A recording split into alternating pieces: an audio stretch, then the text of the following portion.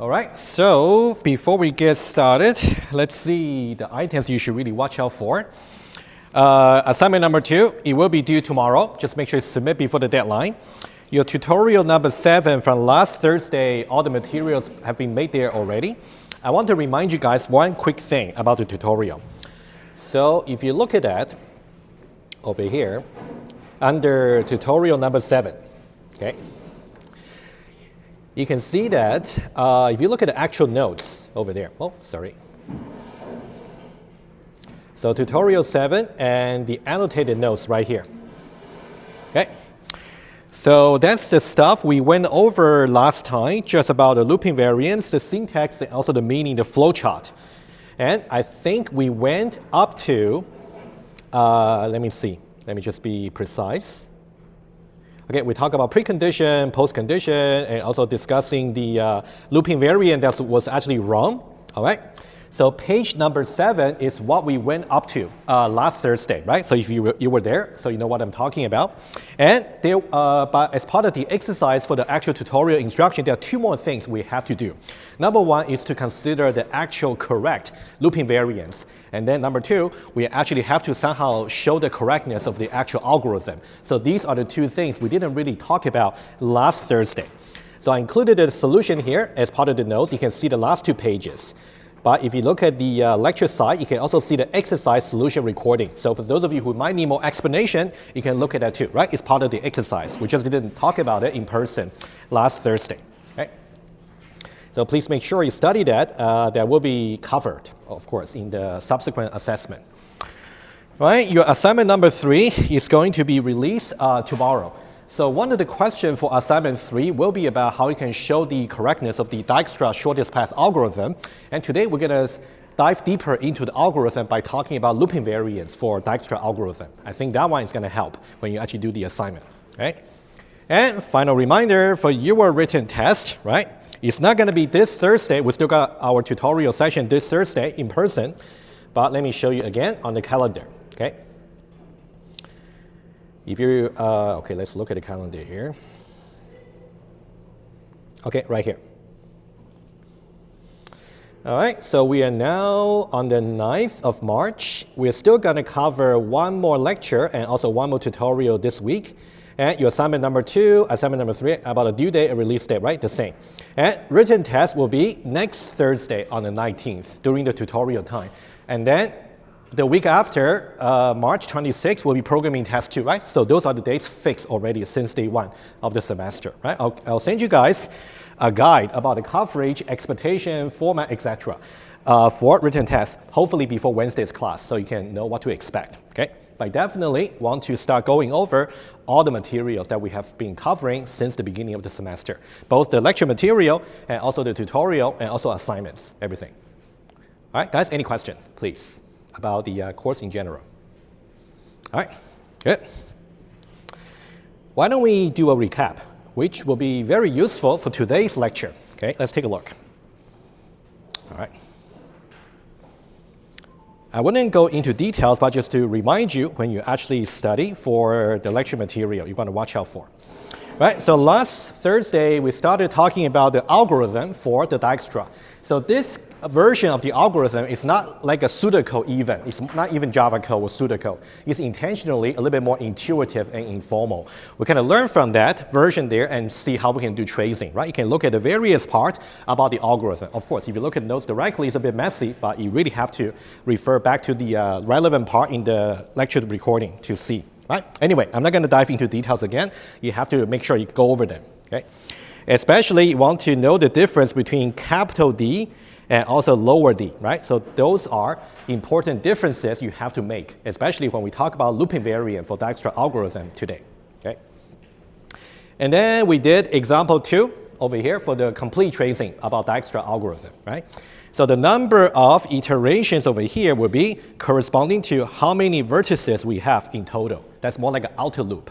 And for the inner loop, you're going to go according to the degree of that particular vertex you're looking at. However, not necessarily the whole degree, because sometimes, for example, when I try to look at this particular vertex, the degree will be connecting this and this. However, and this, right? 1, 2, and 3. However, I don't really have to worry about this part here and this part here because those two vertices already got removed from the priority queue, so I don't need to worry about them. Right? So one important thing you want to remember, study for Dijkstra algorithm is we only try to look at the adjacent vertex V if it is still in the priority queue. And we'll say more about it. What does it really mean when the vertex is either removed or still in the queue, right? There's some special meaning when we talk about correctness for the Dijkstra algorithm, okay? All right, and then we talk about how you can make use of the ancestor value over here, right? So you start from the final one and go all the way to the source vertex. So you can figure out, first of all, the ancestor path. In this case, for example, x, y, z, w. And then you reverse it, you're going to get w, z, y, x. So that'll be the final shortest path from the source vertex w is always going to be fixed for the very first vertex. That's why it's called source vertex. That's a beauty, there's a beauty about Dijkstra algorithm. Once you fix the source vertex, all the path you calculate will be starting from there. So you got to choose your source vertex wisely, okay, depending on what you need. All right, so that's from last Thursday's lecture. Any questions? Any part you want me to clarify? Okay, and then let's now do a little bit of recap just about the tutorial from last Thursday. Okay, that's also very important for today. So today we're going to talk about loop invariance for the Dijkstra algorithm because it's iterative, it involves a loop. Okay, so in general, you got a while loop and then you got Boolean condition here. And then we talk about the contracts for your iterative algorithm. We got precondition, postcondition, and we can start today's lecture thinking about what should be the precondition for Dijkstra algorithm, what should be the postcondition before we get to the loop, okay? And you also got I here, or sometimes Li, standing for loop invariance. So all the contracts we're talking about, they are Boolean condition, evaluating to either true or false. So first of all, you try to assert, making sure the loop invariant is established even before you start the very first iteration. And then at the end of every iteration, you also want to make sure the loop invariant is maintained. So the convention requirements we have is you want to put the loop invariant assertion as the very last line for your loop, right? You don't really make that maybe the second last line. You don't do that, okay? Right, you can also take a look at the flowchart over here. That might also help you to think about mechanically how you can check for loop invariant appropriateness. All right, and then we trace this example here about how you can trace all the way for different iteration and make sure loop invariance is established and maintained. Right, eventually you want to assert or prove this implication. You want to say we already exit from the loop, so that's why the Boolean condition here should be not the case, right? False. And loop invariant has been maintained ever since it's established, and then that should imply the post condition, right? That's the thing we want to make sure it's argued at the end, okay? All right, and then we spoke about precondition, post condition, right? For this iterative algorithm. You can review our discussion from last Thursday. And then we use, for example, universal quantification for loop invariant. That's very common, right? We'll see something similar today as well for Dijkstra, okay? Just a little bit more complicated, okay? And then we just talk about, in general, what will be the design principle for precondition, postcondition, loop invariance, okay? And finally, this is also very important. I might just give you some proposed loop invariant asking you to verify if that one is appropriate. So what you got to do is maybe try out some input yourself, or I might just give you some input array. You want to trace it down and see exactly either all the iterations can run through without ever causing any loop invariant violation. Either when we are trying to establish that, or we try to maintain that. Let's say no violation, case number one. Case number two, if the loop invariant violation ever happened, you ought to explain when exactly it happened. That's also very important. May not be a multiple choice, might be something you have to explain in words, okay? Okay, good. And this will be the fixed version, right? I just put a solution here. You just got to make sure you actually still put a loop counter I, but it's got to be strictly less. To see exactly why, you have to go back to the discussion from last Thursday, okay? And finally, we're just trying to show that this implication is actually true, right? All right, so that's about for the lecture and tutorial last week. Any questions? All good? Okay, so today we're going to go to repeat maybe similar principle, but we're going to apply that to Dijkstra algorithm. That's what we'll do. Okay. Just before that, why don't we do one more illustration here? It's a diagram you will also see from the slide. I didn't create a diagram myself. It's actually from one of the design textbook. So that one talk about looping variant. I'm just using it. Okay, but it's quite a nice diagram. But let's talk about it. Okay. Think about the whole thing is the lifetime of an iterative algorithm. The starting point is we got to make sure the precondition is satisfied, right? So we start from that. Okay, the starting point or starting states. So this will be the starting point of the iterative algorithm. So that'll be the precondition Q. So once the precondition is satisfied, we can now go ahead and try to do the preparation job before we decide whether there should be at least one iteration for the loop. So think about this part over here. It's about S init. You actually saw on the notes from the tutorial. This will be S init. And this part here can be arbitrarily complicated. Normally, just be some variable assignment, but don't be too surprised. It itself might be some conditional, some if then else. It's also possible. Just some general programming statements. All right.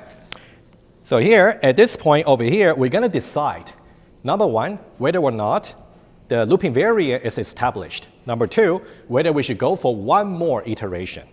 All right. So this point here, we are checking to see, first of all, the Boolean condition B is satisfied, so we can go ahead and do the first iteration. At the same time, we got to make sure the looping variant I is established. Right? That's the very first point.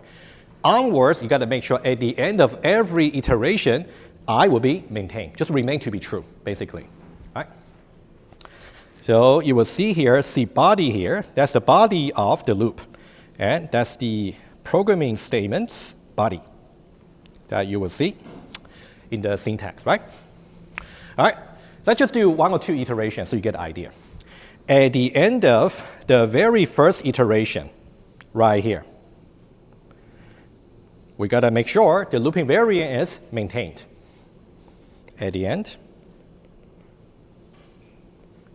of the first iteration, the looping variance is maintained. And we check again whether we should go for another iteration, the Boolean condition B. Let's say it is true still. So that means at this state here is also true. That means go for one more iteration and etc. Right? You can go for as many iterations as you like. Eventually, you should really have B being false eventually. Okay, let's say that. So let's now identify this particular iteration. Let's say that's the last one. This would be the last iteration. The last one. At the end of it, first of all, we should not go for any more iteration. So that means not the case B. That means exit from the loop. At the same time, we want to make sure, like for other iteration, at the end of the last iteration, looping variant still maintained. But one more. Given that B is now false, we are already outside the context of the loop. The post condition should have been also established, right? At the same time, we want to make sure the post condition is also established. Okay, so at the end of the last iteration, let's write it down. There are several things. Number one, we exit from the loop, not B. And number two, the looping variance is maintained, right? And these two together should imply the post condition. Okay, like what we said earlier. So think about this more like a repetition of what we spoke about from the tutorial session, but in a more visual way. Just to show to you, your iterative algorithm In general, it's going to run like this for as many iterations as you like. But for this course, we don't really try to prove about termination. That's beyond the scope. We assume the loop is going to terminate at some point eventually. All right, guys, any questions? All right, so review it and try to look at the textual version and the visual version. Looping variant is so important, right? We'll see one or two more examples in the algorithm that we're going to cover. Okay. Let's now revisit our Dijkstra algorithm. Okay. Let's now start with the high level. Let's say we got the algorithm before and after we got pre and post condition. Let's talk about these two before we get to the looping variants. Okay. Okay, let's now put things down again. So we got some precondition Q, and we also got some post-condition R. In the middle, we got Dijkstra's algorithm. Dijkstra's shortest path algorithm. All right, so now what should be the precondition, right? So this Q here would be the precondition. How do we define the validity of the input? First of all, input should be a weighted graph, right? It's a graph where edges have some weights. You can think about G will be, again, V and E. And the edges over here have weights associated with each edge. Okay, what else?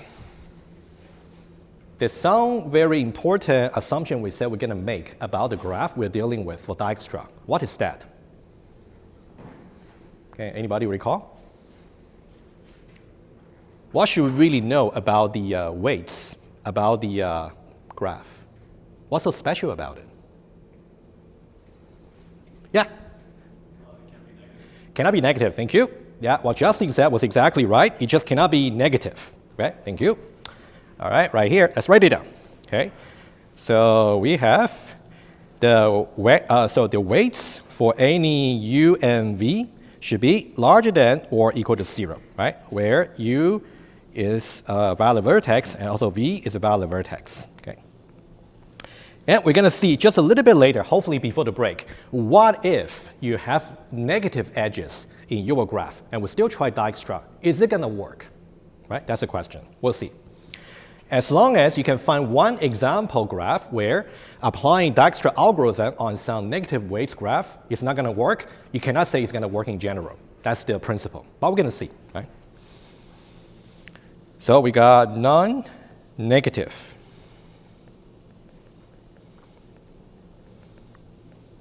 Wait, could be 0, but it's not common. Could be 0, just cannot be negative. All right, so that's the precondition. And then imagine that we try to execute Dijkstra's algorithm on the input graph, given that all the edges are non-negative.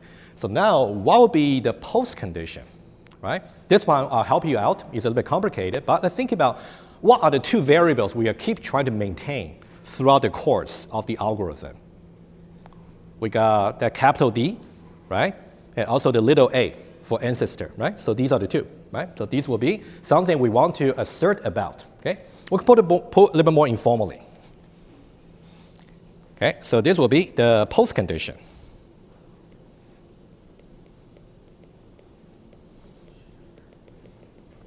Okay, post condition, there are two parts. Okay, part number 1. For every vertex, there will be a capital D variable to know, for example, D of X or D of Y, etc., right? So the D of some vertex V will be exactly equal to the little d from the source vertex X to that particular vertex V. All right, so let's now clarify the term. So X here is what we assume to be the source vertex for the Dijkstra algorithm. Okay, so source vertex. Right, you can say we assume the source vertex being just X, we can assume. As long as X is a valid vertex, that's okay. In our example from last Thursday, it's actually W, right? Okay. So now we want to interpret about these two terms, okay? At this point, the Dijkstra algorithm has already terminated. That's why we cannot evaluate the post-condition at this point, right? So let's now write it down. The capital D value over here is saying the following. Upon the termination of the algorithm, this will be the weights of the shortest path we can identify so far, right? So far, okay? Upon termination of the algorithm, this is the weights of the shortest path from X to V. And remember, X is the source of vertex, right? It's kind of implicit. And V is what we're talking about right here. To V, so far.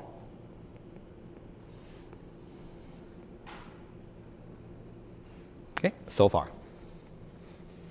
And also, at this point, upon termination, we also know that V is no longer in the priority queue. Remember that one of the conditions we set when the algorithm is finished, all the vertices should be already removed from the priority queue. Priority queue should be empty. So the vertex we're talking about right now should not be there anymore, right? That's a side condition. That's kind of implicit. So we are saying the left-hand side should be equal to the right-hand side.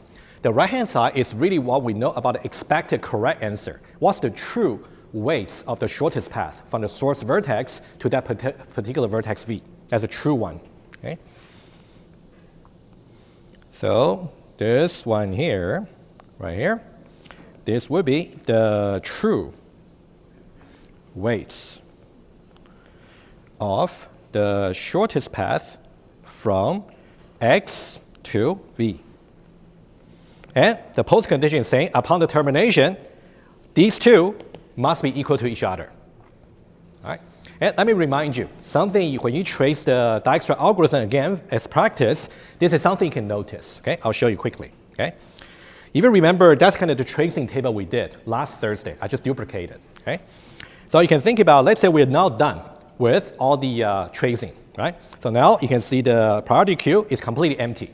Okay? For example, if I look at a capital D value for W, it is 0, which is equal to this value over here. If I look at the capital D value over here, it will be 20. And for Z, it's also 20, and etc. Right? You will see the one-to-one correspondence for equality. Okay? So when you trace the Dijkstra algorithm again, I would suggest if you're not exactly confident about what's going on here, you may want to follow along with me. I definitely said about some insights like this, which wouldn't make sense to you last Thursday. But after today's lecture, you should really start making more sense, okay, about these kind of insight. All right, so that's about the first post condition. The second one, the reverse of the ancestor path would be the shortest path, right? That's the table we looked at last time, okay? Again, let me remind you. This table here, right here. Once you get an ancestor path, get a reverse of it, you get the shortest path, right? We can simply use it. Okay. So the second post condition has to do with ancestor path. The second one. The reverse of each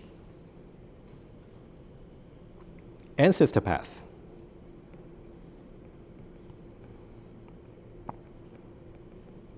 gives the shortest path.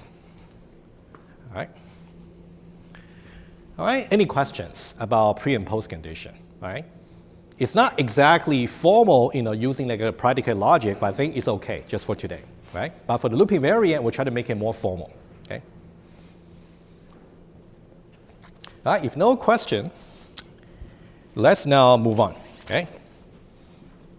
Let's talk about looping variant itself, okay?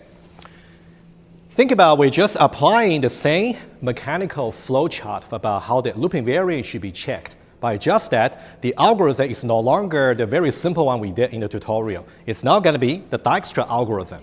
I'm going to build, again, the tracing table, but it's from a slightly different angle, just make it a little bit more simplified and more focused. Okay? But let's read it together about the loop invariance. And as I'm trying to read it together with you, you may want to think in your mind, how can you formulate it using predicate logic? For example, should you use existential quantification or universal quantification? Well, that's something you want to think about, right? Okay.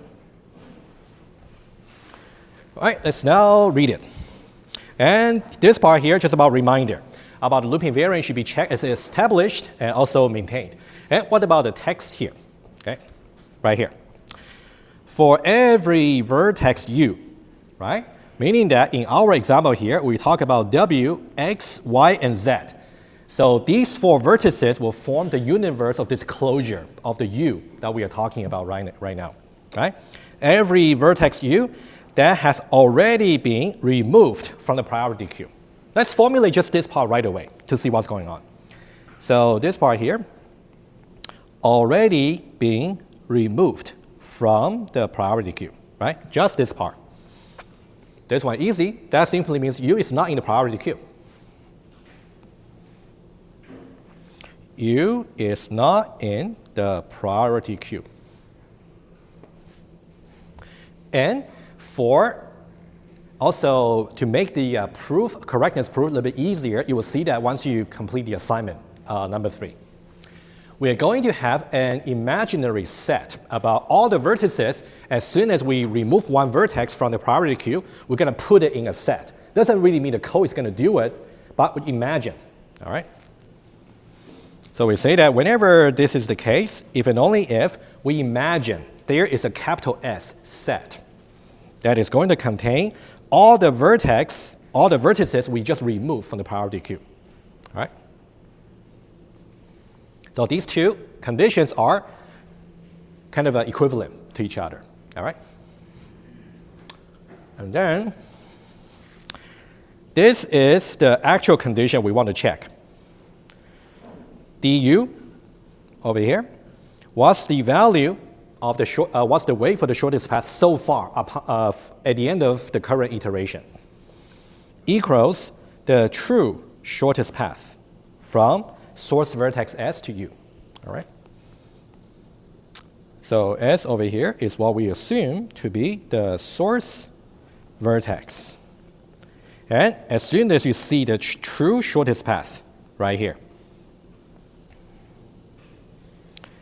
so this one here is really referring to little d from source vertex S to U, right? So we're saying d of U is equal to this value here, right? That's something we already saw earlier. Yeah, question?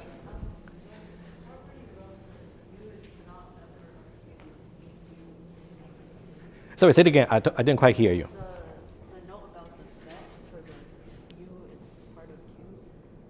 Why is it like if it's not part of Q? How about this? Why don't we try, let me rebuild a tracing table, maybe specifically for this. I think that'll clarify. If no, just ask me again. Okay. Also, from the previous slide, if we're asked to like give a proof, is that type of proof enough, or does it have to be like a formal mathematical? I think it will depend on the question, right? So normally, if I say you want to show, then in that way you can just try to justify as formally as you can. When I say formal proof, that means you really got to prove it formally. So for like the assignment 2, do we need to give formal proof? Yes, assignment 2 I believe is about mathematical induction. So in that way you better follow the format as we did in the like a lecture and tutorial. I think we'll have something very similar for assignment number 3 as well. Yeah, good. Okay. Yeah. All right, let's now build a tracing table, and then we'll see. Hopefully that'll clarify some of your doubts as well. Okay. Okay, let's now do it. Okay. Let's now, I'm just going to build a simplified version of this, right? I'm not going to retrace it. It's going to take the whole lecture again. It's not worth your time. Okay, let's now try to highlight what you should really pay attention to. Okay. So what we'll do is here.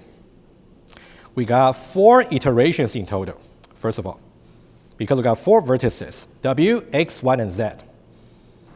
Iteration is going to be 1, and then 2, and then 3, and then 4. Okay, 4 iterations.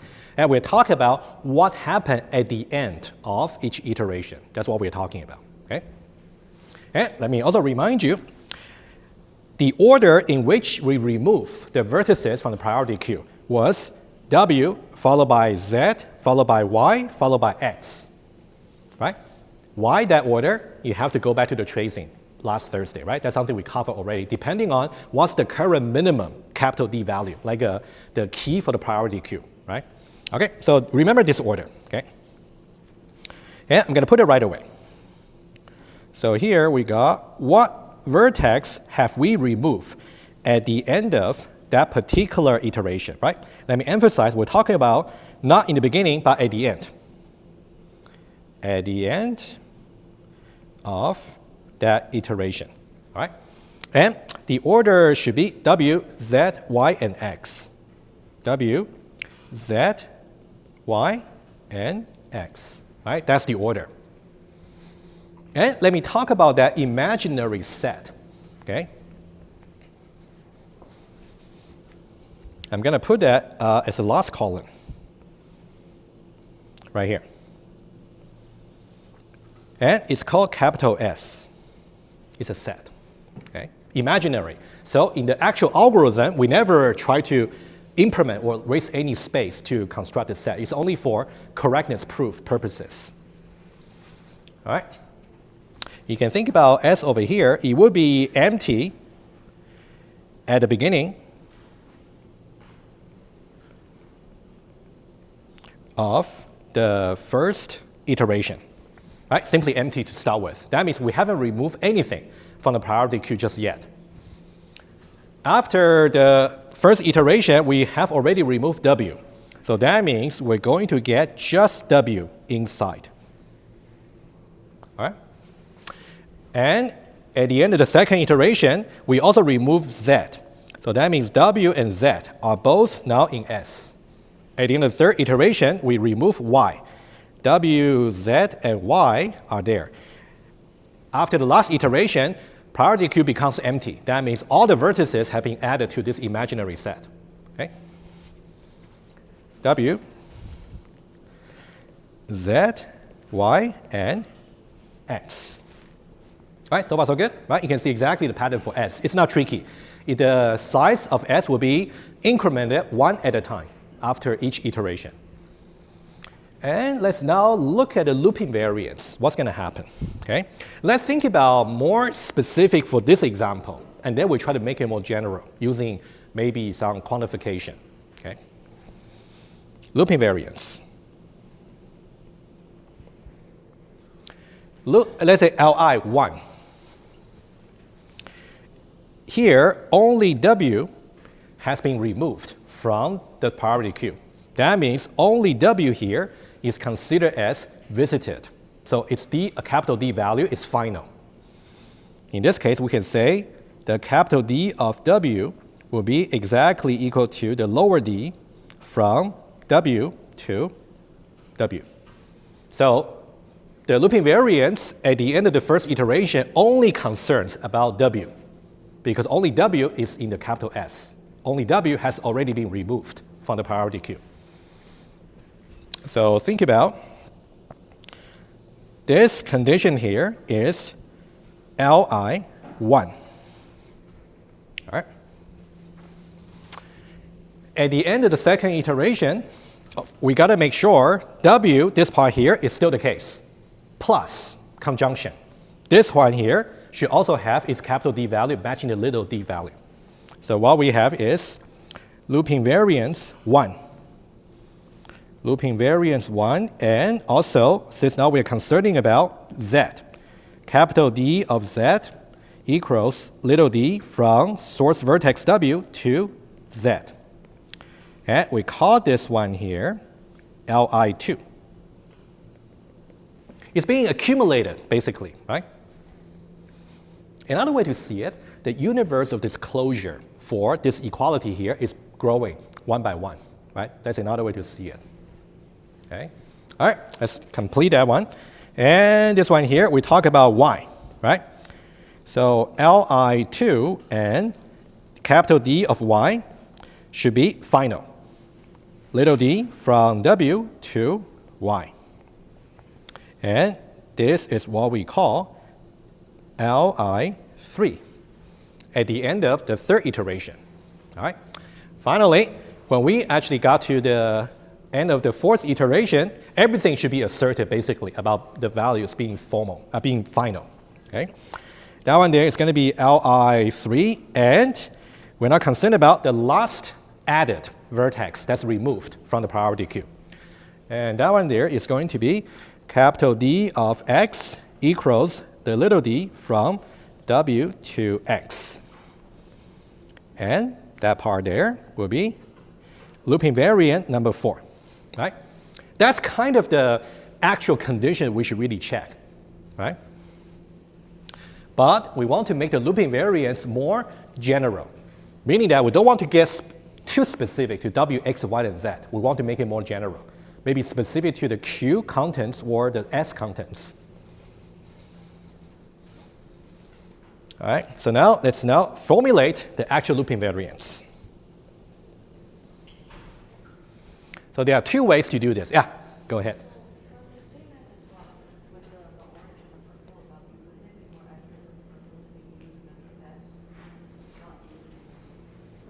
You mean the actual loop invariant, right? Like the note that you added at the top, where like the U is not a member of 2, Yeah. and U is a member I agree. It's a typo. Yes, exactly. Thank you so much. Yeah, I know what you mean. Yeah, I think Jada was exactly right. I just I wrote something wrong. Okay, I think when I said over here, I meant, yeah. Actually, this one doesn't make sense, right? Cannot be in and not in at the same time. Absolutely. Okay. So this will be capital S. Thank you so much. I agree. Okay. All right, let's talk about loop invariant. I'll help you out, right? There are two ways for you to formulate this. Both are almost identical. It's just about how you can think about the universe of this closure. Okay, version number 1. You can say for every vertex U, okay, first of all, U is a valid vertex, should be in the capital V, first of all. Okay? At the same time, it should not be in the priority queue anymore. It's being removed. And U is not in the priority queue anymore. If that's the case, we are concerned that the capital D value should be equal to the true weights of the shortest path. Capital D of U will be little d, and then S and U. And you can think about in our particular example, the source vertex X is S is actually W, right? In our particular example. This is one way, okay? But there's another way, almost identical, almost. I'll write it down explicitly. Because we know that if the vertex is not in the priority queue, it must in the capital S set that we imagine. Another one, for every U, U is a valid vertex and U is a member in S. That one, we expect the same equality to be true. This version here might be a little bit easier for you to kind of imagine because we know that S over here is going to grow as we move along with the algorithm, right? You can think about every time we try to check this particular loop invariance, the contents for S is going to keep changing as we try to remove more and more vertices from the priority queue. So that might be a little bit easier for you to think. But both versions are equivalent, logically. Guys, any questions about loop invariance here? Okay, Dijkstra. Okay. All right, study this and then do let me know if you got any doubts about this, okay? Okay. All right, so I think we're now exactly halfway. There's one more thing I want to talk about Dijkstra, which is why we cannot simply use a graph with maybe negative edges. I want to show you one example to show that in general, you cannot rely on any negative edges. That's something I want to do. Why don't we take a short break and then we'll resume, okay? You guys can get your iClicker ready, please. Okay, let's now do one more thing, okay? That's about the precondition for Dijkstra algorithm. Because we say that every edge should be non-negative, should be larger than or equal to 0, as long as I can give you one counterexample graph where you can see one edge over there, right here. you can see the edge over here is negative. As soon as I see that, I can tell you that it's very likely that Dijkstra algorithm may not work. So this can be one witness about violation, right? And I'm going to delete this diagram here. But if you somehow remove, it doesn't really matter if that's actually directed or undirected. So you got to be just got to watch out for the edges in general. But let's now focus on just this particular graph, just to get an idea. Okay. Okay, I'm going to delete this one here. Okay. One more thing I want to say just before I show you this precondition. Okay. You will see on the slides. I'll show you that particular point I made. Oh, right here. Okay. Important assumption: the weights are non-negative. Okay. And for those of you who might be interested, it is possible to actually handle also even weights that are negative and still find the shortest path. However, there's no silver bullet. In that way, you're going to sacrifice or compromise with the running time. Okay? For the Dijkstra algorithm, we'll see that on Thursday. Either Thursday or next week, right? Either way. Most likely, not Thursday. Either Wednesday or next Monday. The running time for Dijkstra is going to be this particular formulation, but we'll get to it, don't worry, right? Just want to show to you. This one here, if you just want to handle negative weights, you cannot use Dijkstra algorithm anymore. You're going to use, for example, something called Bellman-Ford algorithm, which we wouldn't cover in this course, but if you do apply that, the running time is going to be incremented into Q peak, right? V to the power 3. That's just for your information, right? But we're going to stick to the Dijkstra. I think it's a reasonable assumption to say the weights are non-negative. If you really have to break that assumption for your application, you got to use another algorithm. As simple as that. Okay. Let's now look at this one here. All right. Let's now go with the star vertex being A. All right. So A will be the source vertex. And let's only focus on the capital D value, only that. So in the beginning, we know that the capital D for A, source vertex, will be 0. And the capital D for B should be infinity. And the capital D for C will be also infinity. And you can think about, we also got our priority queue aside with all the vertices, A, B, and C. Okay? So that's our priority queue. A, B, and C.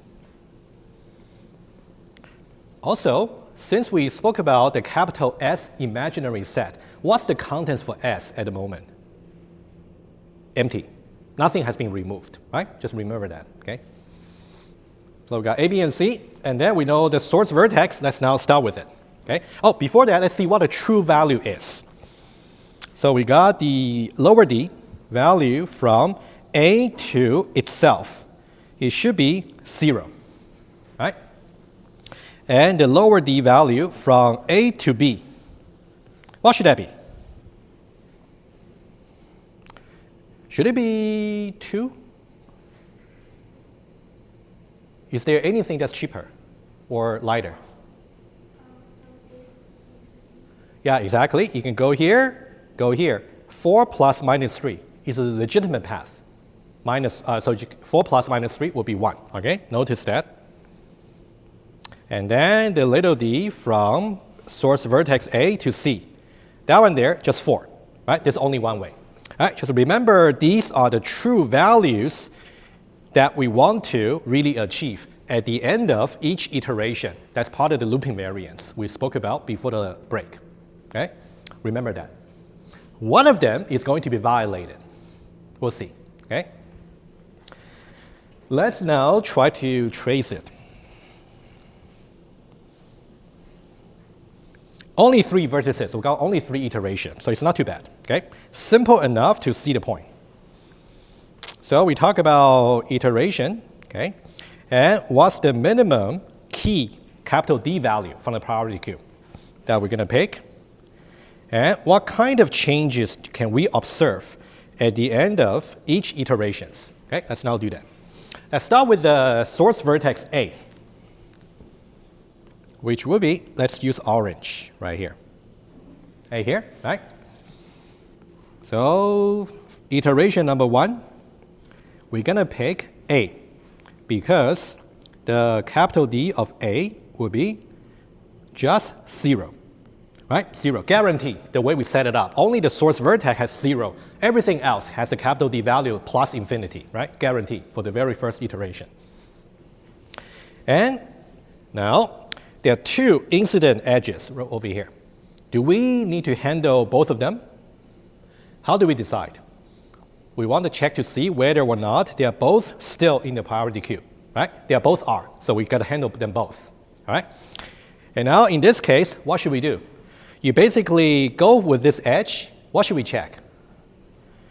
This weight 0 plus 2, is it strictly smaller than plus infinity? It is. Updated.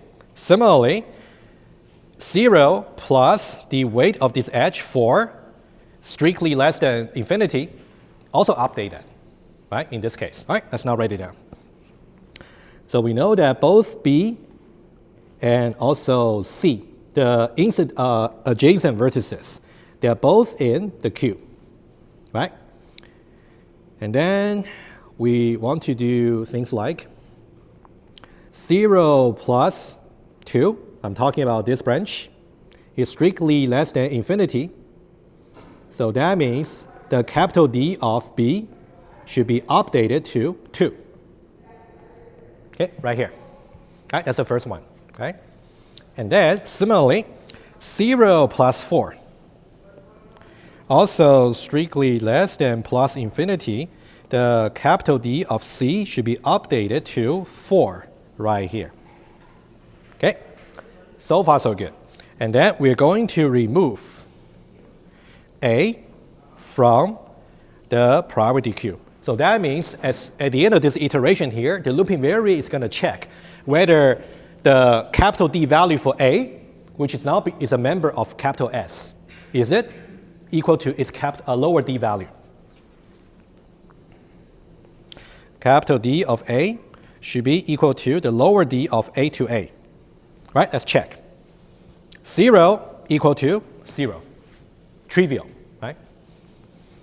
Okay, so far so good. Second iteration.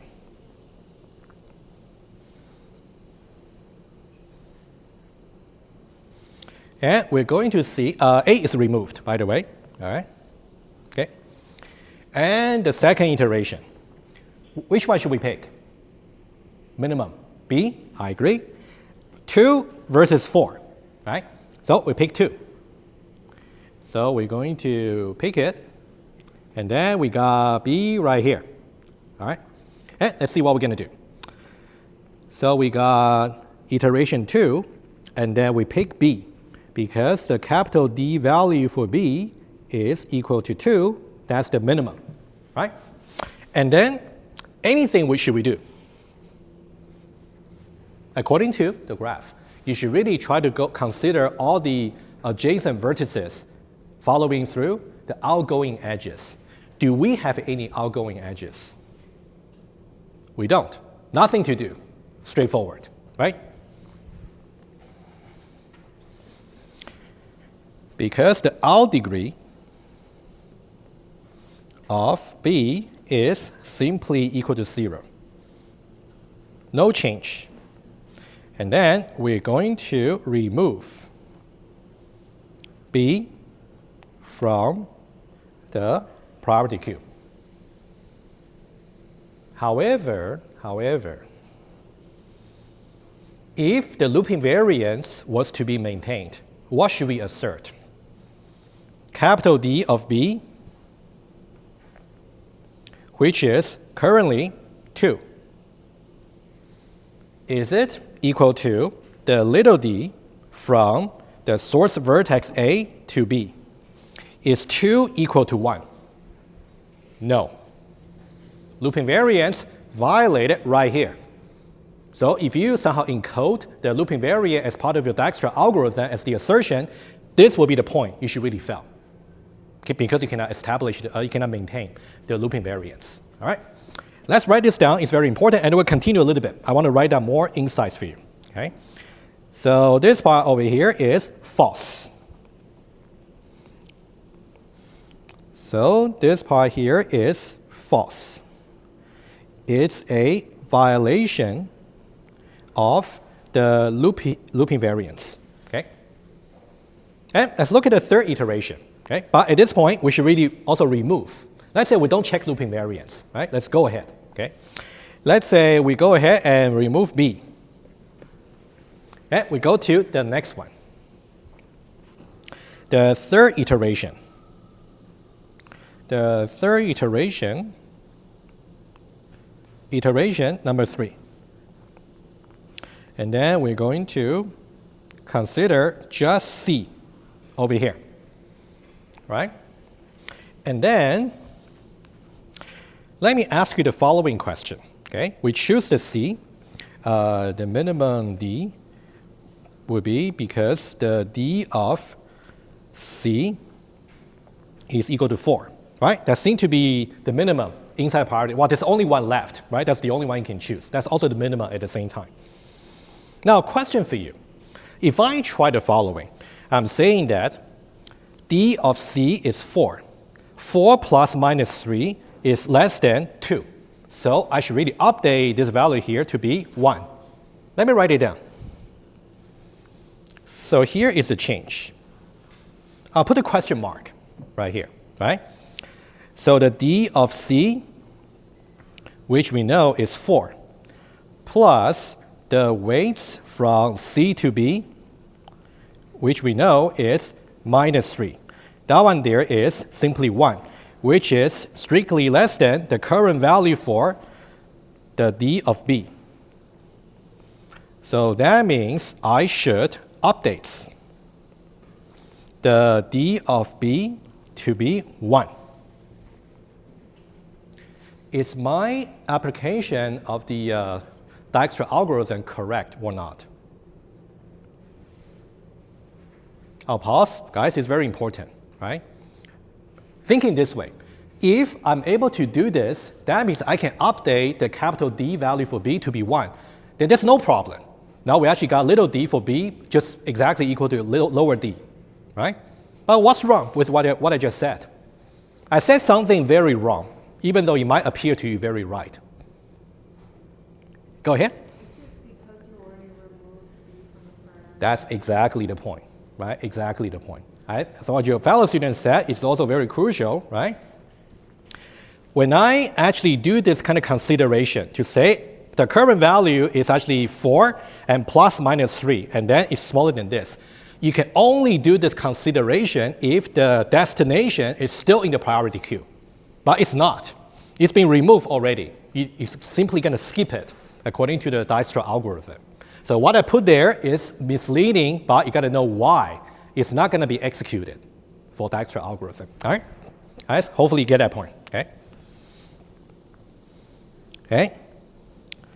Not executed because B is already not in the queue. All right? Anyway, so this example just shows to you Dijkstra algorithm, if you got negative edges, very likely you just fail because there will be certain paths you just cannot really update because the target vertex has been already removed. All right? Okay, that's the final bit I want to talk about for Dijkstra. So the remaining part, which will be part of your assignment number 3, is to show that or prove that the Dijkstra algorithm will be correct. I gave you a little bit hints for you to give it a try. Don't really worry too much if you really just cannot lay out the whole proof. Try as much as you can and look at the solution later. Okay? All right, we got about 22 minutes. We can do a little bit of review from 2101 because I do want to talk about the running time for Dijkstra algorithm. But for the priority queue, in order to really show the actual running time derivation, you have to know how to implement priority queue. And the most efficient way to implement it is by using something called a heap. Right? That's something I presume you guys may have learned it from 2101, but let's review it, okay, from scratch, which will take about, hopefully today and maybe half of Wednesday. Okay? So there's also a new lecture slides. You will see that on the lecture site, right? I will show to you, but that's something you should also take a look. Okay? You will see that it's 3B, priority queue and also heap. Okay, let's take a look at that. All right. We don't really review like everything about heap. We just review the most critical stuff that's going to impact your understanding about Dijkstra algorithm. Priority queue, let's review what the ADT really is, some critical operations, and then the heap data structure. So hopefully we can talk about what a heap really is by definition, right? There are two properties you ought to specify, you ought to satisfy for the heap. And also time complexity for priority queue about insertion, deletion specifically, okay? All right, priority queue, okay? And let's just go with the overall idea, priority queue. It is a collection. Well, obviously, it's going to be a collection of entries. Each entry has key and also elements. Similar to, like a binary search tree, where every node has the element and also the key, right? Similar. However, the key is going to play a different role in priority queue than the key will play a role for binary search tree. I'll do that comparison a little bit later, okay? Next page. Now let's talk about, in general, priority queue. So we have some key. So we talk about minimum key priority queue. Minimum key priority queue. So that would mean the lower the key is, the higher the priority. So whenever we want to choose the highest priority entry from there, what should we choose? The minimum key. In Dijkstra algorithm, the minimum capital D value, right? Try to make some connection here. Okay, minimum key priority queue.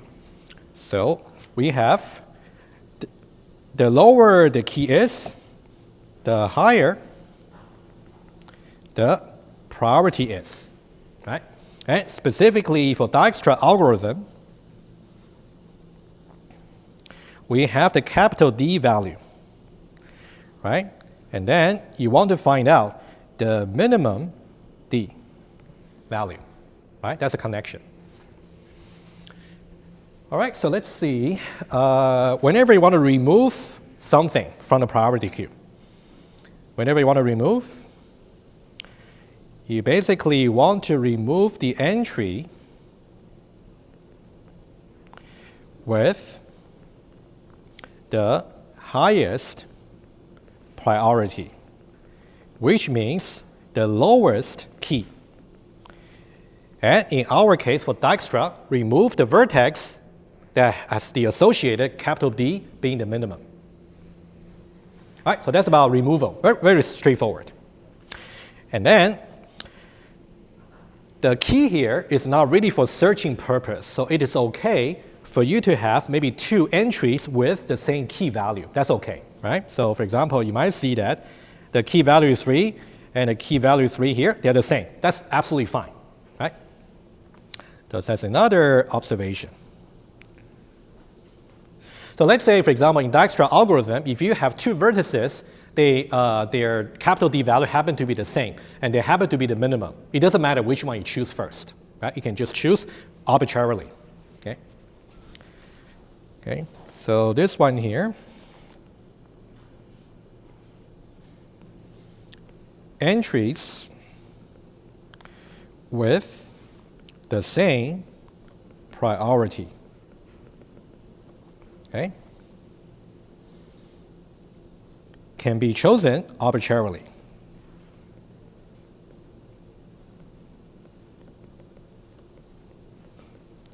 All right, good. And then, of course,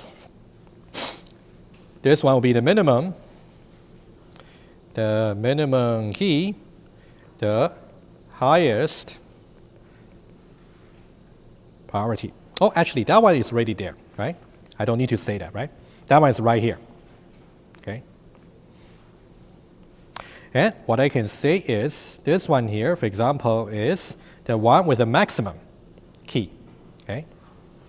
Maximum key, but with the lowest priority. All right. One little exercise for you to also try to do, just to compare. So you really want to compare priority queue with a first in, first out queue that we used in breadth-first search. Right? So we got two kinds of queues over here. Right?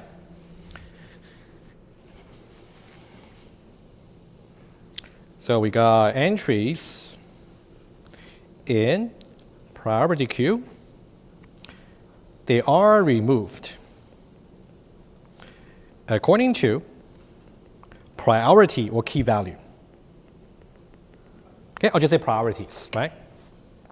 On the other hand, for first in, first out queue, they are removed based on the chronological order they are inserted into the queue, right? Just different.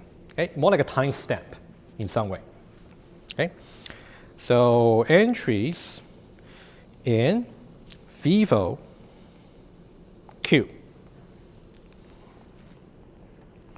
So they are removed according to chronological order of insertion.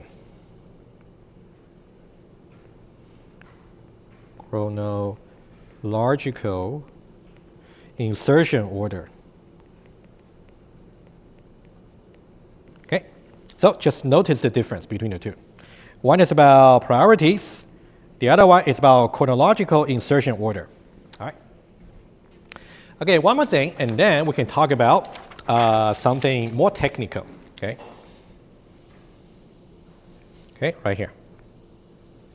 Okay, let's now do one more comparison about the role of the key. Okay. So think about over here, we got binary search tree,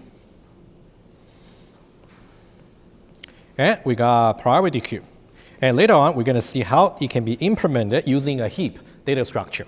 Again, the heap over here is not a kind of heap you kind of learned back in 2031, like a permanent, like a space for the memory. Not really, right? It's a specialized kind of a binary tree, which we'll see. Okay, so one is about the data structure. The other one is about the role of the key. Okay, for binary search tree, the key will be used to uniquely identify an entry. So that is why you cannot have duplicates for the key in binary search tree, because they're for searching purpose. If you got duplicates, then you got ambiguity when you want to complete a search. For priority queue, keys can be duplicated, but because they're only just for the order of extraction, based on the priority. Okay. So the keys may be duplicated. It is possible. And the keys not for searching.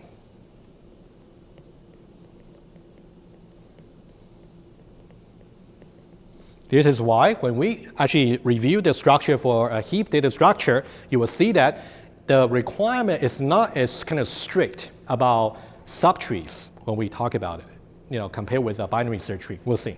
Okay. All right. One more thing, and then we'll get to it. Okay. So when we started the review lecture about balancing binary search tree, remember we talked about geometrical sequence sum, right? That's the part you want to review. It's also relevant for this discussion here. Let me summarize the facts that we spoke about earlier, but you got to review about those parts, okay? So we talk about geometric sequence sum. Geometric sequence sum, right here. Okay, SK in general will be the common factor minus 1, and then initial term multiply common factor to the power of k, which will be the number of turns in the sequence, minus 1. Right? Let me just remind you here. I here will be the first term. And the R here will be the common factor. And finally, the K here will be the number of turns in the sequence. That's the formula in general. But in our case, we're mostly concerned about binary tree. So in that case, the common factor will be just 2. Because maximum, you have 2 children, right? It's going to be 2 for the common factor. So we can simplify this formula slightly. So in the case of a binary tree with the heights, let's say h, right?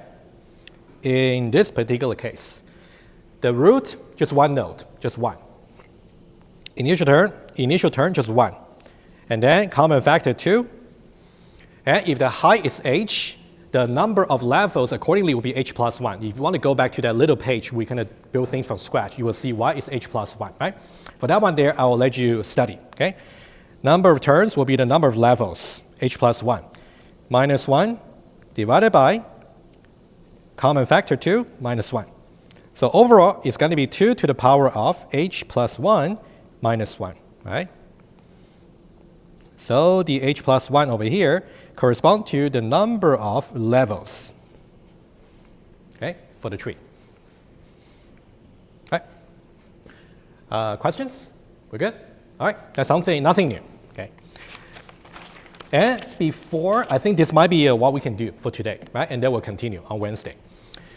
Before we can talk about what a heap is, okay, so that's the slide we spoke about, and you can also go over about the operations for a priority queue, right? So that's also very straightforward about precondition, postcondition, especially for insert and remove. So these are the 2 operations we also see how you can apply them on the heap on Wednesday. Okay, heap is a binary tree, okay? And then in order to define what a heap is, so there are 2 properties we have to define. One is to do with its structure, and the other one is to do with its the relation between the keys in the parent and the child, right? So today we're going to prepare you for the first part about the structural property, okay? In order to be a heap, structurally, it should be a complete binary tree. Now the question is, what do you mean a tree being complete? By the way, the complete here has nothing to do when we talk about a graph being complete, right? They're different, right? So we talk about a binary tree being complete. To that, we have to see some formal definition. Okay, I'll see how much I can go for today, for that one there, okay? So first of all, let's talk about complete binary tree, okay? To define this, we need 3 parts of the definition. We're going to divide the levels into 3 parts, but it's better to use one example just to illustrate, right?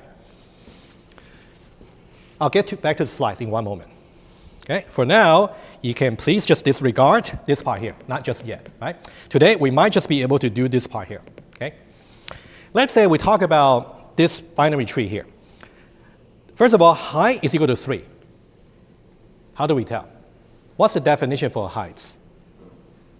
It should be the depth, maximum depth for the deepest node, right? You can see these 3 nodes are the deepest one at the bottom level. How many edges do we have? 1, 2, and 3. And also here, 1, 2, and 3, etc., right? So height is 3. About how many edges you got maximum as the depth. And we're going to divide this tree over here into 3 compartments, okay? Let's start with the first part, right here. This part here will be when the depth of all the nodes at this level here is exactly equal to the heights of the tree. That's the first compartment.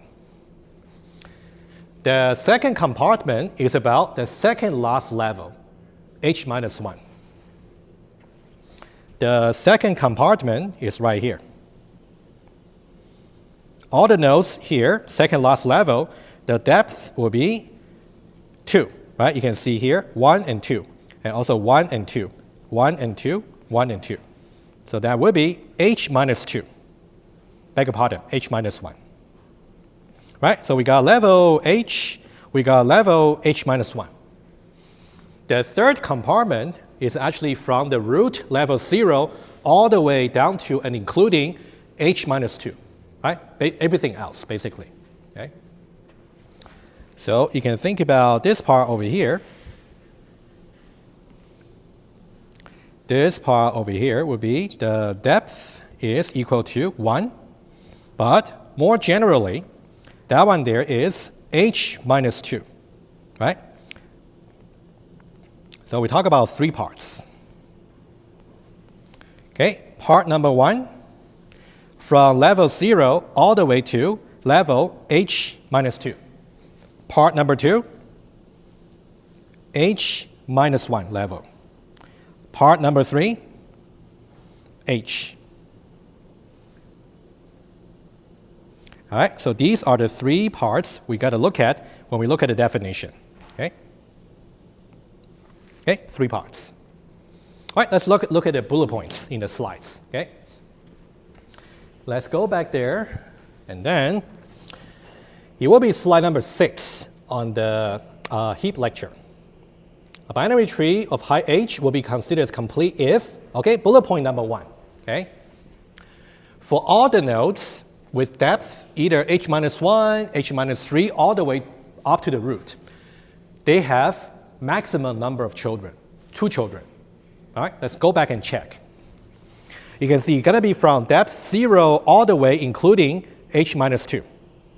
So that means we're talking about this level here and also this level here, which is h minus 2. All these nodes have 2 children. Root, 2 children. H minus 2 level also got 2 children. All right, that's criteria number 1. Okay? So let's now do criteria number 1. So I'm just going to do this one here. Okay? Okay, criteria number 1.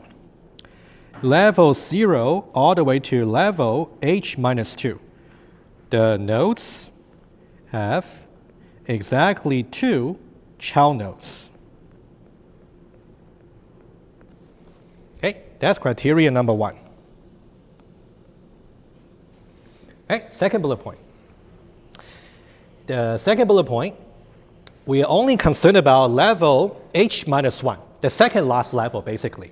The second last level, the nodes there may have either 0, 1, or 2 children. Right? We have choice, 0, 1, or 2. All right? So if we look at h minus 1 level, right here, only this level here, which is h minus 1. This node here has 2 children. This node here has only one child. These 2 nodes have 0 children. Right? 0, 1, or 2.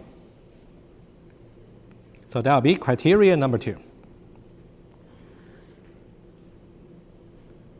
Criteria number 2, level h minus 1. The nodes have between 0 to 2 child nodes.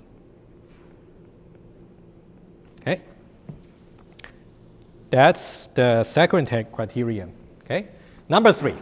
Number 3 in some way is actually trying to make sure when you say you got 0, 1, or 2 children from h1 minus 1 level, you have to make sure they're organized the right way at the bottom level, right?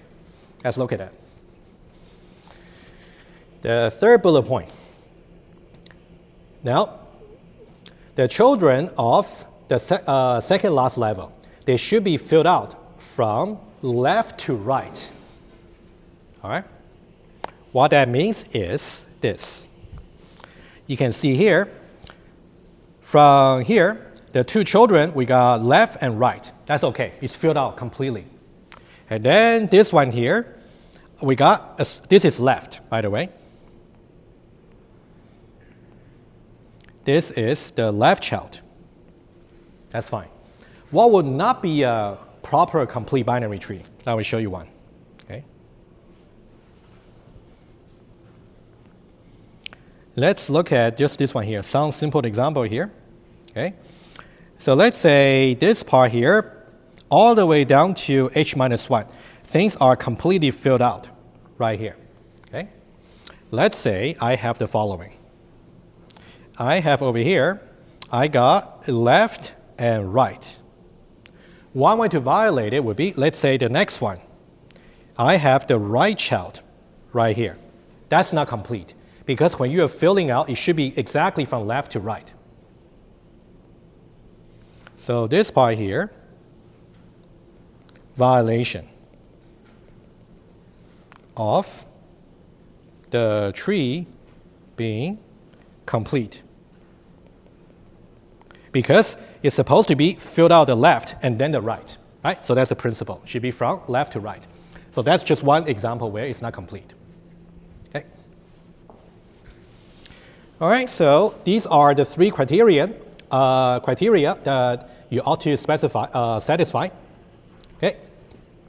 I think I'll stop here, and then what we're going to continue from Wednesday will be, given these three criteria, how do we count the number of nodes in a complete binary tree? Especially what will be the minimum and what will be the maximum, right? So something you can think about. It should be quite straightforward if you kind of recall the formula we said earlier in the self-balancing binary tree. Right? We'll pick up from here very quickly on Wednesday, and then we'll get to how you can do insertion, deletion for the heap. All right, thank you. I'll see you on Wednesday.